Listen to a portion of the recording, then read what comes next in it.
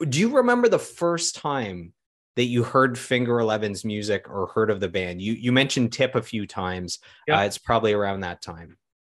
It was same deal. Much music above that video, that song. That's why that'll always be my probably one of my like top three Finger Eleven songs, just because of that moment of like, oh, this band is phenomenal. This song is so cool, um, and that's that's when I got. I guess I forgot how old I was, but that was my first introduction to Finger Eleven, and it's just been it was a super fan up to the point I joined. Yeah, I remember Above. I remember I made a mixtape back when you could make mixtapes, and I Yeah, had yeah, Quicksand on it from that album, which is a great tune. Or yeah. Awake and Dreaming as well. Wicked Dreaming. That Yep. was one of Yeah. the That whole slow album burns. was incredible. But yeah, Quicksand is my uh favorite top for me. Just because the drumming on that. And how did that opportunity present itself for you to join the band? Was it there was an audition? Was it that they Yeah. just already knew you were the guy and said, "Hey, we have a spot for you"? My best guess, so I don't know the history. My best guess is we talked about Arnold Lanni having done the first two Finger Eleven albums. You worked for several years with Arnold Lanni. Mhm. Is that any part of the connection there? It was definitely through the Lanny connection. It was through his brother Rob, who was managing at the time. Hmm. And we had this is when I was still again just at the tail end of playing with the balconies.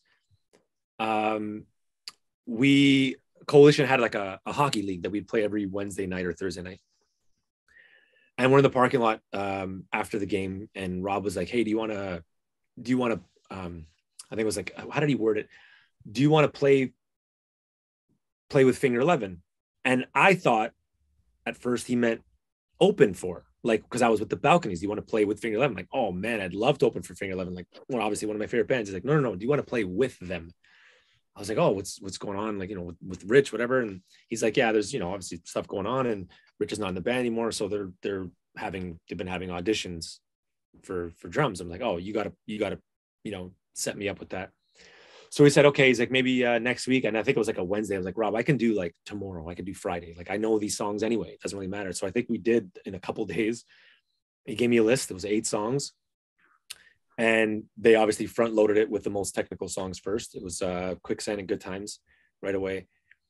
And that's how it happened. So we auditioned at Coalition in the studio live room. So that was my first time meeting the guys. So I met the guys. While auditioning.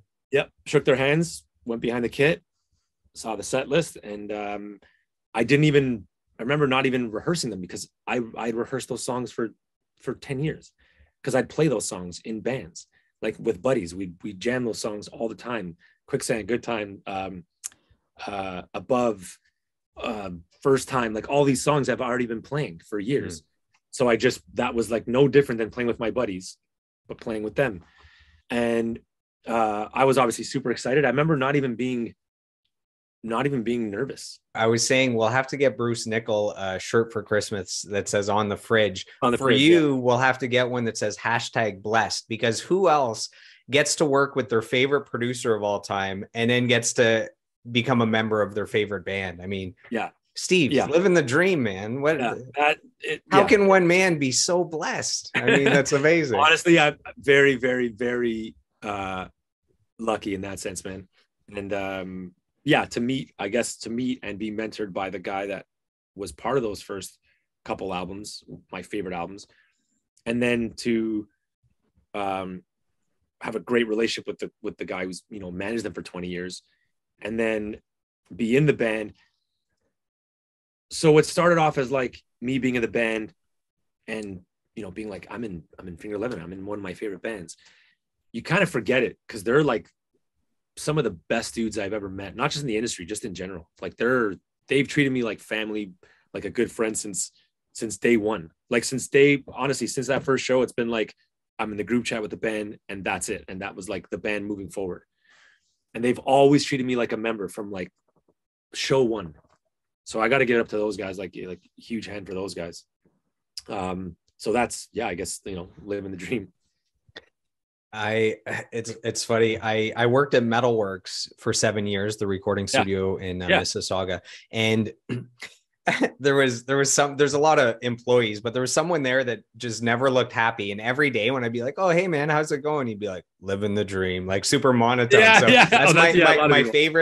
favorite response ever when I ask how someone's doing is when they say "living the dream," when clearly in their mind they're not living the dream. So, Yeah. anyways, it's cool to see you say "living the dream" when you're actually living the dream. Yeah.